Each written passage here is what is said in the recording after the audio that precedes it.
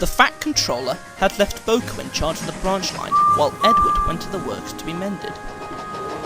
Edward needed to be fit before the summer visitors came. After a week, he was growing bored. But then a newcomer arrived. She was a wooden coach, and Edward thought there was something familiar about her. That evening, he heard a quiet, timid voice. Excuse me, it said. You're Edward, aren't you? That's right, he smiled. Haven't I seen you somewhere before? Perhaps, replied the coach. There were lots of this built for the furnace railway. That's your old line, so says Thomas's driver. That's right, smiled Edward. What's your name? Victoria, said the coach. When I was too old to work, I was made into a summer house in an orchard. Now a kind gentleman with a top hat says that I could be mended and work on the railway again. That would be the Fat Controller, said Edward. Did he say where you would work?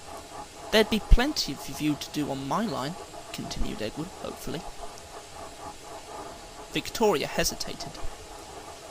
I think the, Fat Controller knew, she said, but he didn't say.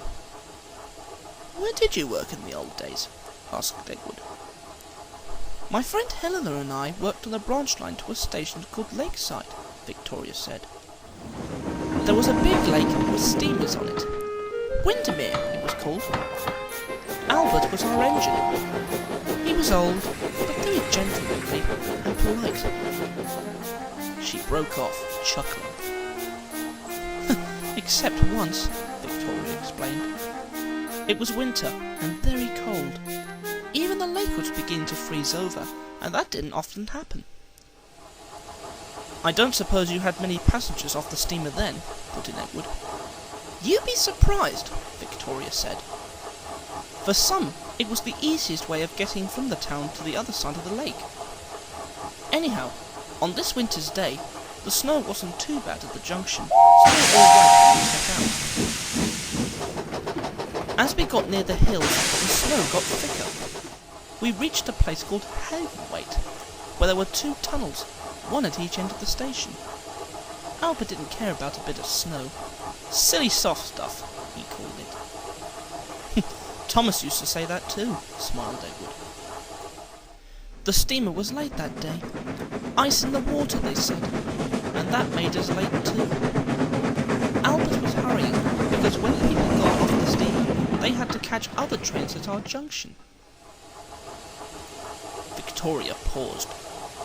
She chuckled to herself before she went on. Albert had been boasting about how good he was with the snow. Well, we soon got back to Haven. Albert stopped and had his muffins in the mouth of the tunnel. The guard's whistle sounded. Albert didn't waste any time. He set off with a tremendous blast of steam, but the steam blew an enormous lump of snow off the tunnel mouth. It poured down and landed, whoomph, on his cab. Albert's driver quickly put on the brakes.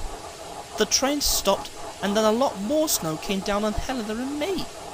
She was almost completely buried, and half of me was too. Albert couldn't move an inch. He wanted to, but he didn't dare in case he brought down some more snow. The passengers weren't hurt, but it was the next morning before the men dug us out. I've never been so cold. Albert never boasted about snow again, though. I wonder why, chuckled Edward.